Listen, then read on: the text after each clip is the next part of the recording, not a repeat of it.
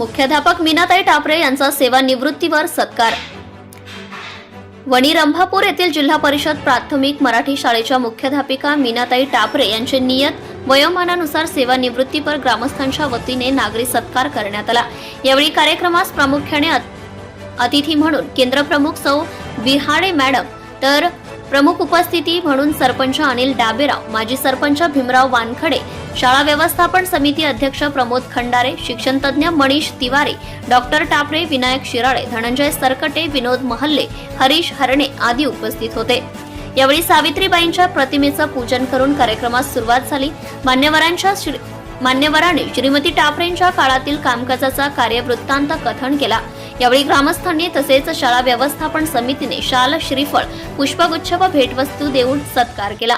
कार्यक्रमाचे सूत्रसंचालन शिक्षिका स्नेहल अरखराव तर आभार मंगेश पेशकर यांनी मानले।